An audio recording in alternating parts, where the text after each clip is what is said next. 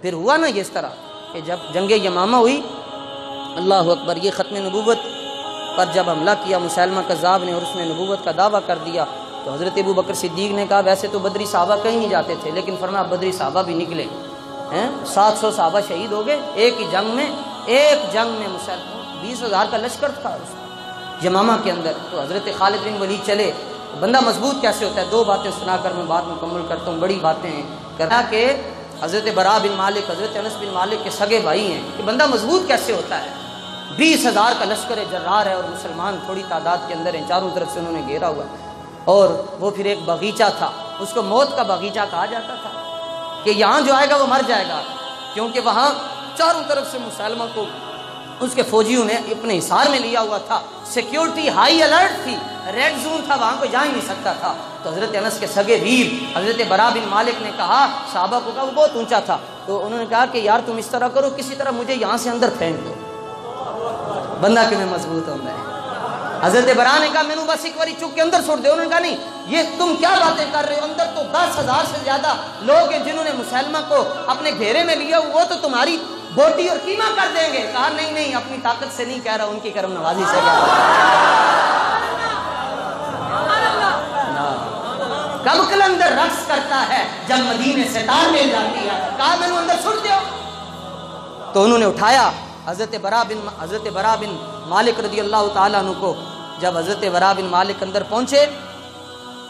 دیکھو پھر عشق کیا ہے، اقبال کہتا ہے یہ جبر و قہر نہیں، یہ عشق و مستی ہے کہ جبر و قہر سے ممکن نہیں، جہاں بانی صدق خلیل بھی ہے عشق اور صبر حسین بھی ہے عشق، مارکہ وجود میں بدر و حنین بھی ہے عشق، یہ عشق نہیں آسان بس اتنا سمجھ لیجئے، ایک آگ کا دریا ہے اور ڈوب کے جانا۔ آپ نے فرمایا میں نے اندر سٹ دیو اندر،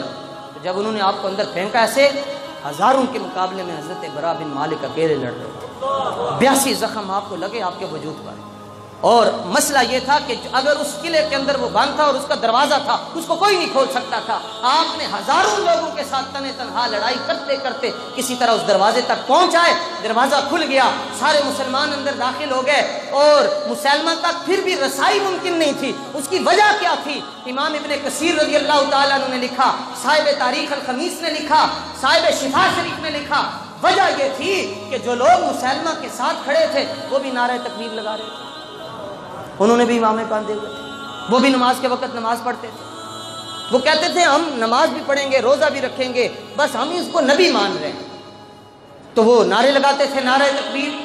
تو نتیجہ کوئی بھی نہیں نکلتا تھا، ادھر سے بھی نعرہ لگتا تھا، ادھر سے بھی نعرہ لگتا تھا، ادھر سے بھی نعرہ، ادھر سے بھی نعرہ، نتیجہ کوئی نہیں، کلمہ پڑھنے والے کلمہ پڑھنے والوں کی گردنیں کاٹ رہے ہیں، اور جنگ کا نتیجہ کوئی نہیں نکل رہا۔ حضرت خالد بن ولید نے پھر روحانی توجہ آقا علیہ الصلوۃ والتسلیم کی طرف مبذول کی، اور پھر واپس آئے صف کے اندر اور اپنے ساتھیوں کو پکار کر کہا کہ جب تک تم نعرہ تکبیر لگاتے رہو گے تمہارا مسئلہ حل نہیں ہوگا، کیونکہ آج دشمن کی صفوں میں بھی یہی نعرہ ہے، ادھر بھی نعرہ ہے، اب ایک ہی حل ہے کہ تم سارے مل کر نعرہ رسالت بلند کرو تاکہ پتہ چل جائے کہ مسلمہ والے کون ہیں اور محمد مصطفیٰ والے کون ہیں۔